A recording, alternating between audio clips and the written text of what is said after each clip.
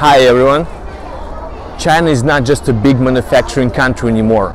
Nowadays, China is a brilliant country with huge business opportunities, and around 1.4 billion people officially live here.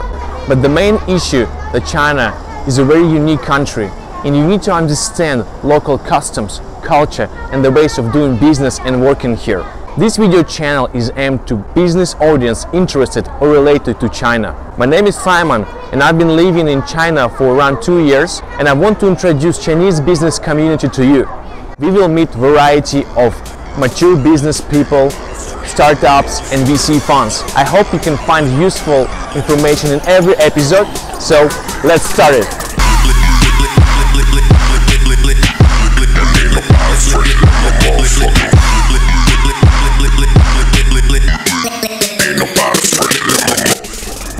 If you decided to start your own business in China, you need to know how to set up a company here. So let's meet Jin, who's Mr. Shanghai, and he knows everything about this city.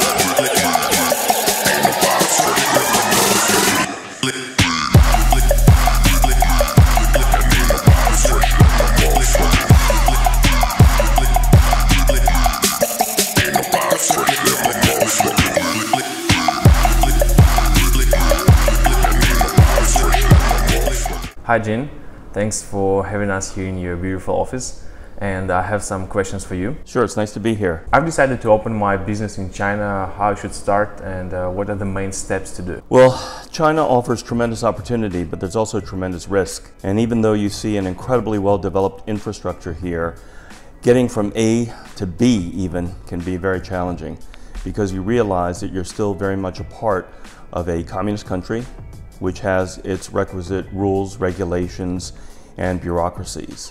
So we recommend that you navigate through someone that has sailed the waters before. The second question for you, what types of company registrations there are for foreigners if they want to enter the market, and what's the difference? As with any kind of industry and country, there are many, many regulations. As I mentioned before, because we are dealing with a communist party and a communist government, there are very, very specific regulations by industry, and even within the industry itself, many different licenses, many different permits, many different registrations that are required for those particular businesses. Which one is better to choose, maybe if we choose one type of the company? Well, we deal a lot with the food and beverage business, because right now Chinese people are traveling increasingly overseas. They are being educated overseas, both in schools but also through their travel experiences. And as a result of that, they come back with a heightened state of mind and basically state of palate. So within the food and beverage industry, as it rapidly develops through new restaurants, new concepts, and new types of cuisines, we have to help each and every enterprise, depending upon what country they're coming from, establish themselves, whether or not it's a fast food chain or it's a very, very elite Michelin-starred restaurant. How many days it usually takes for doing registration of the company here? We recommend that you go through a registration which allows you as a foreign enterprise to operate independently here in China. Historically, that venture has been called a WFE, a wholly foreign-owned enterprise. Right now, there's a variation to the WFE entitled a FICE, which is a foreign invested corporate entity.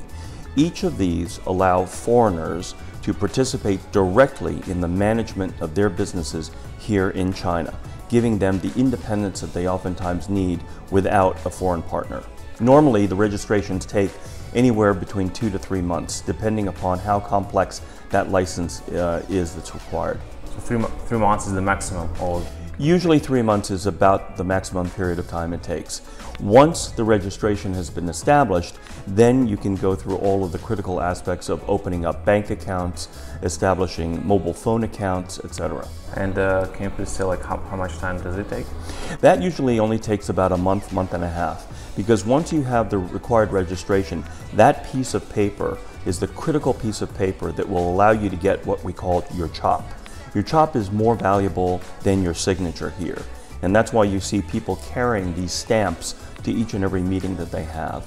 These are required stamps. Whether or not you're getting a mobile phone, whether or not you're opening a bank account, you need that chop for any kind of official documentation. So it's around the half of the year? I would say it's reasonable to say half of a year. Now, during that period in time, there are certain aspects to one's business that you can begin to establish, such as looking at critical sites, site selection, looking at staffing, etc., before the permit is actually issued. Are there any ways to do it in a more faster way?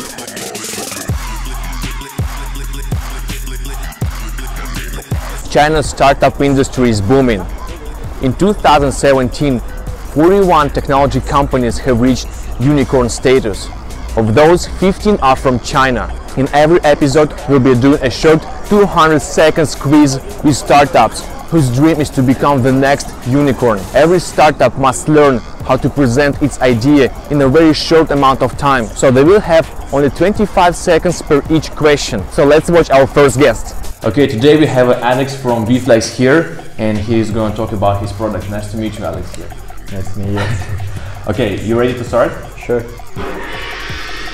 So my company Weflex, we do a all-in-one solution specifically designed for studio gyms.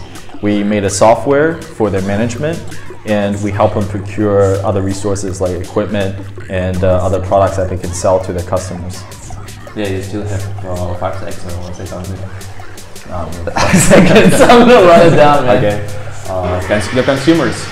So our consumers are specifically targeting Chinese studio owners.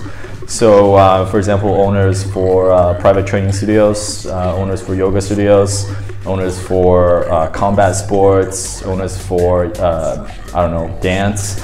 So the studio owners purchase our product as well as procure other products from us. So these guys are our main customers. Market size? Well, the Chinese sports market is $40 billion, and that number is growing about 20% annually, compound growth. And in terms of total amount of studios available right now in China, there's about 250,000, and that number is growing about 20% a year. Okay, you're making good. You're doing good. Why are you unique in the market? Well, there's a lot of software providers for management out there, but there isn't really one that provides a total solution for studio owners. And as a small business owner, you actually have a lot of different kind of scattered needs, and they would like to get it from one place. And we offer that in China. Also, in terms of software provider, we're the only one in China. Business model? Well, we make money from annual subscription for our management software, as well as a margin in selling other products to either B2B, like selling to the studio owner, or other products like protein powder and sports clothing that we sell to studio owners that they can resell to their own members. So we make money in 2 ways. Financial performance, much money made? Right now we made close to 1 million RMB in terms of sales in the past 6 months. We're looking to sell to 3,000 studios in China this year, and we're looking at the revenue from software services about 12 million RMB, and from other additional channel sales for another 8 million. Well, our team consists of 3 partners. There's myself, I'm the CEO, and my other partner, Sean, who used to be the ex-head of Groupon, HRD for Groupon in China, and another partner who used to be a senior developer for Apple, and he's our CTO. Oh, great. Yeah. And the next question is investments before and how much you're raising? So for our angel round, we raised 5 million RMB. And currently we're looking at $2 million for our Series A to help us push to 3,000 locations by this year. So most of that money is going to be used for sales expansion, as well as some of the product development, some of the product needs that's currently in our pipeline. Oh, great, you made it. Okay, yeah, you will have the contact information of Alex, and contact him if you like his idea. Okay. All right. Thank you for coming here. Thanks.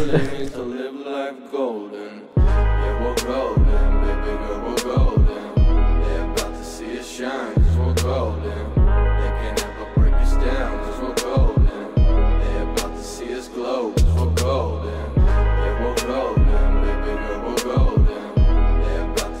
shine, this will go down. They can never break us down, this will go down. No, you really have to go through the critical steps necessary. I, again, strongly recommend using a WFI or FICE format. Now, a faster way would probably be to find a local partner. That local partner oftentimes already has the critical registrations. It might be what we call a plug-and-play type business opportunity.